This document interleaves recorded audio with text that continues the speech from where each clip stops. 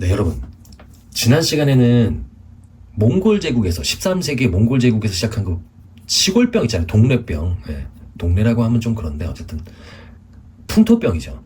이 풍토병이 어떻게 유럽까지 전파돼서 초토화를 시키는 역병이 되었냐, 그 전파 경로에 대해서 공부를 했어요.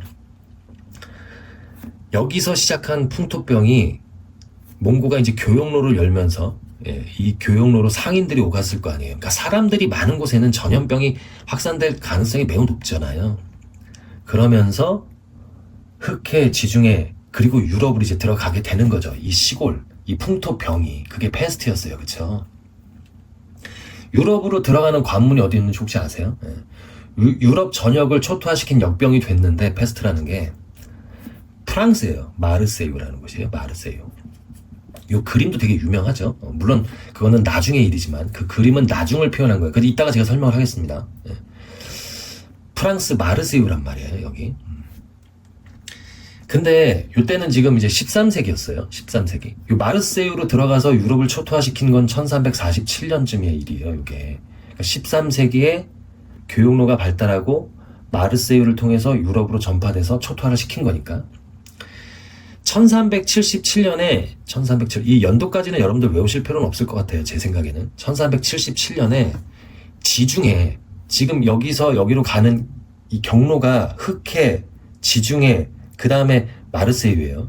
물론 몽고, 카스피해, 흑해, 지중해 이렇게 가지만 그 지중해라는 곳, 지중해의 무역 중심지가 이 당시 어디였냐면 라구사라는 곳이에요. 크로아티아입니다. 라구사 항구로 배들이 엄청나게 들어왔을 거예요. 근데 여러분들 아시겠지만은 무역이 번성한다라는 거는 공중보건의 측면에서는 사실 두려운 거죠. 전염병 확산 가능성도 그만큼 커지기 때문이에요. 이때 비행기가 있었을까요? 자동차, 오토바이 이런 건 말도 안 되는 거잖아요. 그렇다고 리어커를 끌고 달릴 수는 없잖아요. 그래서 주로 교육을 뭘 했냐면 배로 했어요. 배를 통해서 항구로 들어온단 말이에요.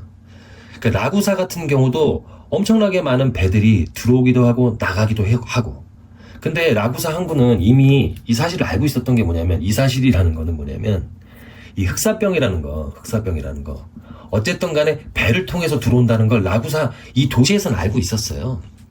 그래가지고 이 흑사병 지역에서 들어오는 배들 있잖아요. 선박들, 그 다음에 승객들, 일단은 외딴 지역에다가 머물게 해요. 그러니까 바다에 머물게 한단 말이에요. 외딴 장소에 머물게 해요. 그래서 증상이 없으면 들어와도 좋아요. 이렇게 이제 했단 말이에요.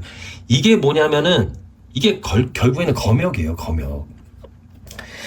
제가 요 풍토병이 유럽에 들어와서 초토화를 시켰을 때 원인을 모른다 그랬잖아요. 원인을 모른다는 건 뭐냐면 믿고 있던 원인이 있었어요. 장기설, 나쁜 공기 때문이라고 생각했잖아요. 이 균이 아니라 나쁜 공기.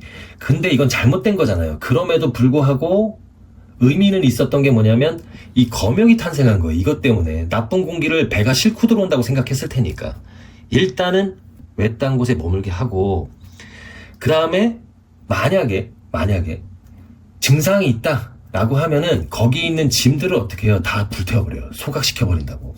그래야 들어올 수 있었다라는 거예요. 이게 우리도 코로나 때 보면은 공항에 들어올 때, 공항을 통해서 이렇게 들어올 때 체온도 재고 확진 판정 받으면은 입국한 다음에 격리 통지 받습니다. 그래가지고 격리를 시켰잖아요.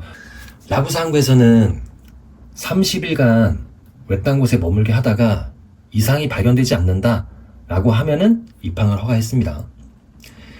이것보다 조금 더 체계화된 검역을 실시한 곳이 바로 마르세유예요. 마르세유를 통해서 유럽 전역으로 확산되고 유럽 전역이 초토화됐으니까 역병이 들어온, 어떻게 보면 경유지의 중심지죠. 여기가 가만히 있었을 리가 없죠. 마르세유는 어떻게 했냐면 선원뿐만이 아니라 승객들 건강증명 다 있어야 돼요. 건강증명서 이거 다 확인합니다. 그 다음에 거기에 이제 화물들이 있을 거 아니에요. 배에 실린 화물, 그거 출항지, 어디서 왔는지 출항지 정보 다 확인해요.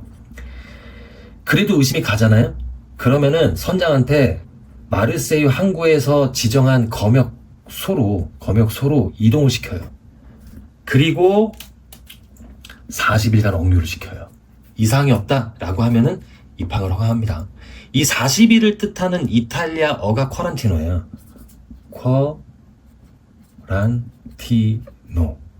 검역이 쿼란틴입니다. 예, 그러니까 검역의 효시는 마르세유다라고 우리는 공부를 하는 거죠. 그쵸? 근데 조금 시간이 흘러서 1720년에도 검역을 해야 되는데 배가 이렇게 들어오고 있었을 거 아니에요. 이로부터 한 370년 정도 흘렀는데 배가 들어오고 있을 거 아니에요.